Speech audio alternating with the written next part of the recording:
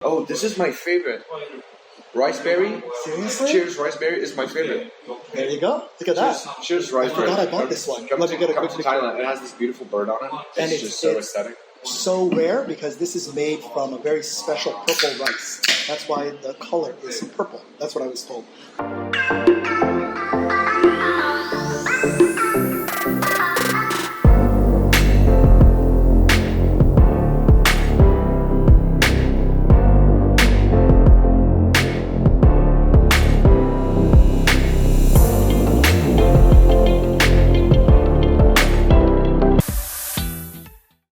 Beer may not be purple. Oh, It's beer. It can't just be purple. That would be a Smirnoff.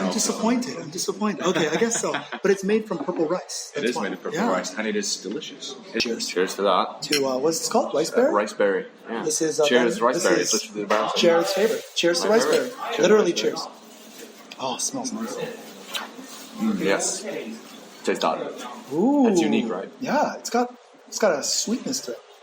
Exactly. It's a natural sweetness, right? So now we're gonna get Johannesburgian perspective. I think that's the best word. Yes. So this is the Johannesburgian South African culture perspective from yours truly, Mr. Jared Hennings. Keep in mind that there are 126 spoken languages in my country. There you go. This is one of hundreds of cultures. Predominantly, I am from both European and British descendancy. So the European were the settlers in my country. Our main culture is farming. Mm-hmm. We're called the Boere nation. This is Boere. Oh, Boere. A Boere is a farmer in Afrikaans, which is my other name. Yes, Boere. Perfect. So the first question to start it off is actually, in your culture, what is the most common ways to greet people? Common ways to greet people. This is dependent on... Okay, so if I walk up to you on the street... Yeah. It's a handshake. No hello or it's hi? A strict handshake in the eye. Okay. How are you doing today? Okay. All right. It's just, how are you doing today? Hello. And that's like a formal one. It wouldn't be for friends. If you were walking up to someone in the street that you haven't met before, say, hi, my name is this and this, that. That would be a common greeting. Is firm eye contact, shaking the hand. That's exactly that. Is it common to just say hello to strangers? Like, I would say no. In an informal environment like a bar or a restaurant, yes, maybe. Okay. But on the street itself, most people are only in transit. They don't wander the streets window shopping. They already have They have a destination where they're going. That is most of the time. All right. So you wouldn't go up to a random person on the street. But yeah, that's the greeting. Okay. Not in the same language, but... Yeah. It's a handshake and men to men, women to women, men to women, all the same? All right, so yeah, kind That's of. Interesting, right? When it comes to women don't really prefer physical contact. What's the national food or drink that represents your culture? Oh, that's difficult. You don't have to be restricted to one, but we don't want 10. Ooh. Like 2 or 3. Okay, let me keep it top 3. All right. Let's do top 3 food, top 3 drinks. Top 1. So don't shoot me. Whoever's watching this from South Africa, I would say the top. Please comment. Yeah, please wrong. Please comment. Yeah, but don't kill the messenger.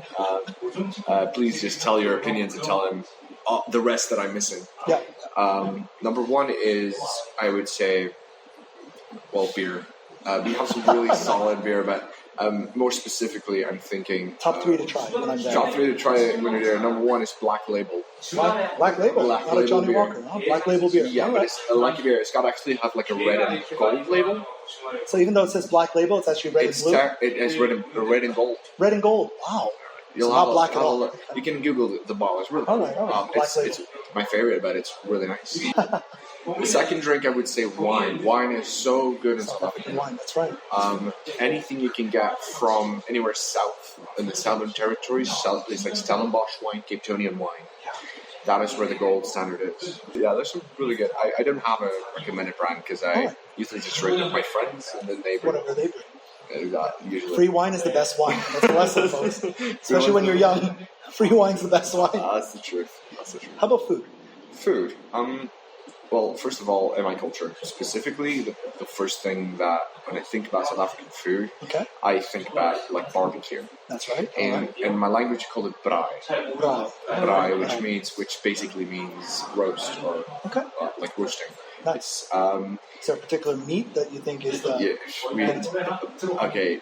Pork is not as popular, but the chops, not really the steak. I would say not as Interesting. popular. Pork chops. Okay. Pork chops. Bone in pork chop. Yeah. Steaks, like every kind of steak. Oh my gosh, some of the best beef. All right. The second thing I would say is dried meat. So something called biltong. Biltong. Biltong. Biltong. Yes. So yeah, it's difficult to describe. It's like jerky, but not crap. And that's what it was been described to me by people. Fair enough. So it's got higher fat content, or no, more moist? It's more meat, and it's less salty and more dry. It's hard to describe. You got to chew it and add more saliva. Is that to soften it up? Yes. Okay. It is so nice. Like I would recommend it as soon as you have the opportunity to try that. It will change your life. People who go there usually they're like, oh, it's dried meat. It cannot be. It's jerky. Like no, trust me, it's all. It's that good. All right. And then the third, and there's two types of desserts that I miss the most. One would be what we call a cook sister. Cook sister. Cook sister. So cook means cake and sister means sister. But when Sister's it's cake. basically pieces of like a toffee dough that are wrapped around each other and basically like it's weaved. So almost like a pretzel, but very small. Kind of. It's like a lengthwise pretzel, and it's super sugary and caramelly. I would describe it. It's there's nothing like it. Is it flaky and light, or is it more dense and heavy? It's more dense and heavy, but on the inside it's hollow. So it's all about the crunchiness on the outside, the caramelly sweetness. So the inside is nice. So, on the topic of food and stuff, what are some of the special ways that South Africans eat together? Do they share meals communally? Is it typically each person has their own servings, or is there one big dish and they all just eat from? Or how would you describe a meal? Maybe you can compare one with family and one with like friends. Okay. This is also very dependent on what you have. Okay. If you're having a barbecue, a braai, as I said before, if it's informally with your friends, your family, you can eat off the grill. You can take by hand, eat the meat off the grill. There's no formality. There's drink in hand, meat off the grill, no worries. If it's more formally, there's salads prepared, there's side dishes prepared, and then the meat. Rice as well. Or is it bread? We do eat white rice. Okay. With the brie? Is that part of? Kind of not. No. Is it brie or braai? Braai. Braai with rice. With rice, it is a thing. It depends on what you braai. Obviously, the battery's low, by the way. But it's also very dependent on. Yeah. So the side dishes, everything will be put together. Basically, so you will have your braai, you will have your side dishes. And if you're with family, a big group of people, there's people who primarily work on all the dishes, and then everybody brings it all to a big table, sits around and serves it to each other. We just grab from the bowl, each one of us, and you put it onto your plate. Onto your plate. And then pass the bowl over. So like kind of like a family dinner set. Yes, exactly. That is the most common way. Okay. Next, what are some gestures or signs that are unique to South African culture? Like, do you guys also do middle finger or like peace sign? So I mean, it's quite. We're quite. I would say we're not disconnected from the world. We do have those common signs. Mm-hmm. Are there some unique ones that other people wouldn't know? Like in Italy, like that one. Are there some South African gestures? How are you? Okay. Chill out. We usually actually have a unique word to say hello. Oh sure. What is that? It's called how's it. How's it? Okay. And it's how is it together? How's it? And you usually use that together with it. It means like everything's good. How's it? No, like how are you? This is equal. How's it and this is the same. Yeah, you can use it together. And how would you reply? How's it? Shake it back? Not really. Hey, just say I'm good. It's the point is that we're not a very gesturing type of conversationalists. Okay. We're very. Use your hands too much. No, not really. I do. It's because my job. Okay. Diving is all about signs and gestures. So I know. that's it. Yes. So Yeah, South Africa's really tough. Yeah, I remember my gestures. Those are important. Yeah. Exactly. Good. Okay, fair enough. And next one, are there any major religions in South Africa? I'm sure there's many, I guess. There's many. I would say that predominantly in my culture, Christianity. Okay. Is there a specific, like, is it Roman Catholic? There's basically what they call the Dutch Reformed Church, Okay. All right. which is part of my culture. I would say would be the most common church. And would you say that how open are people to different religions? Is there any prejudice in there? Is there? I wouldn't say there's prejudice, but there's no. How do I put it? You wouldn't give someone the time of day with a different religion. So there's not like there's an open disregard or a hate. It's just no lack of accommodation. Okay, all right. What are some great gifts that you would give to a South African person that you think? Are there any typical gifts that you think are widely accepted and appreciated? Wine. Fair enough. Yeah. Honestly, nobody, unless the person doesn't drink at all. I would say food as well. Food would be a good gift. It's dependent on what the occasion is, of course. If you have a birthday, it's person dependent. Okay, all right. And that's usually the answer I get. Yeah, exactly. If it's more of a family get together where everybody buys that. So if your family, your extended family gets together, someone hosts. Yeah. Everyone tries to compensate the host in a way. I would say not because they have to or it's expected, but because they would like to. Yeah. And the best way to do that is to accommodate their occasion. So the host says, I'm for example, again, I'm having a braai. Then one guest will say, I'm bringing a side dish. Yes. Another guest will say, I'm bringing a side dish. Meat. I'm bringing the meat. I'm bringing the wine. Okay, so they all help out. Kind of like a potluck, like chipping in. Cool. Unless it's blatantly told by the host that no one brings anything. This is my party. You are visiting me out of love. Are there any gifts that you say would be offensive or you would never give to a South African? Because in certain cultures, there's certain taboo gifts. As I said before, it's not easy to offend a South African unless you know what offends us specifically in our culture. Mm-hmm. And our culture is very different from others. Mm-hmm. So there's no blatant thing that I would say, oh no, that will offend us. Yeah. I would say what not to give us is something we blatantly do not need. Something courteous. Yeah. Something, if you want to be courteous instead of being thoughtful, we will not be offended by it, but we'll be like. So the point that we usually make in exchanging gifts is to communicate and sort of say, I want money for my birthday. And that's a common thing. That's a common thing for a lot of people. Then you can choose what you want. Exactly. And people are like, fine. And then you get 30 messages from your bank with all your whole family and friends depositing money. That's a common thing for youth as well. Mm-hmm. What are some favorite pastimes or hobbies that you think South Africans have that most of the world wouldn't have? Like, say, playing video games or traveling would not count because pretty much every culture has that. So something more unique in terms of a hobby or a pastime activity. Our sports are not really common. So most people play... So people in the UK play football, like soccer. Yeah, but rugby and rugby and cricket is very common in our country. Yes. Not generalizing, a lot of people would just drinking. Drinking, yeah. Hey, that's a hobby. That's the hobby for some people. There you go. Fair enough. Sounds fun. Okay. What are the most important parts of your country's history?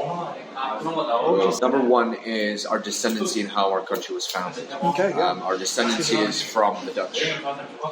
The Dutch could not travel through the Mediterranean, through Constantinople, because of the Muslim closing of the Mediterranean. Yep. So they tried to find another route. That is how they settled in my country. Mm-hmm. That's just a short version of the story. Yeah. I would say that would be the first thing, because people don't understand where my language comes from, how my skin is white, and I'm so far away from everything.